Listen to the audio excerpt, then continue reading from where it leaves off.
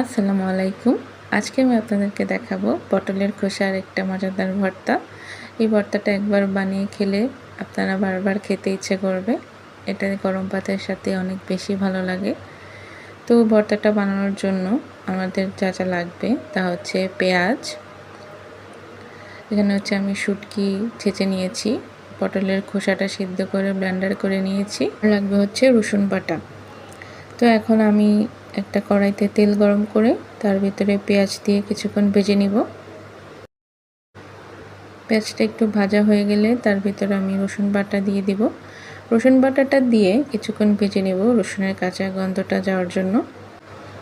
এখন আমি গুঁড়া মশলা দিব, হলুদ, মরিচ, ধনিয়া গুঁড়া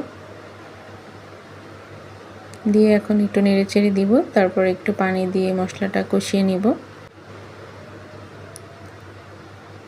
এখন আমি কাঁচামরিচ দিব আর স্বাদ মতো লবণ দিব, দিয়ে এখন আমি ঢেকে দিব মশলাটা কষানোর জন্য।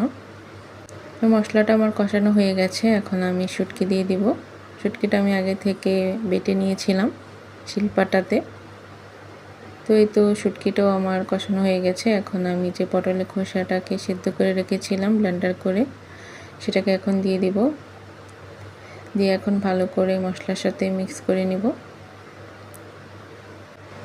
তো এই পটলের পেস্টটাকে ভালো করে মিক্স করে এখন আমি ঢেকে দিব। ঢেকে দিয়ে এটা শুকিয়ে যাওয়ার জন্য ওয়েট করব, আর মাঝে মধ্যে নেড়ে ছেড়ে দিব, নাহলে কড়াইয়ের সাথে নিচে দিয়ে লেগে যাবে।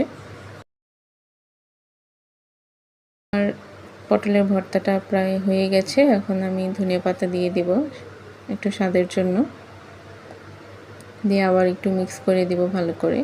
এই ভর্তাটা আসলে অনেক বেশি ভালো লাগে, বিশেষ করে গরম ভাতের সাথে তো এটার স্বাদ অতুলনীয়। তো আপনাদের যাদের মুখে রুচি নেই তারা অবশ্যই এটা ট্রাই করে দেখতে পারেন, খুব ভালো লাগবে।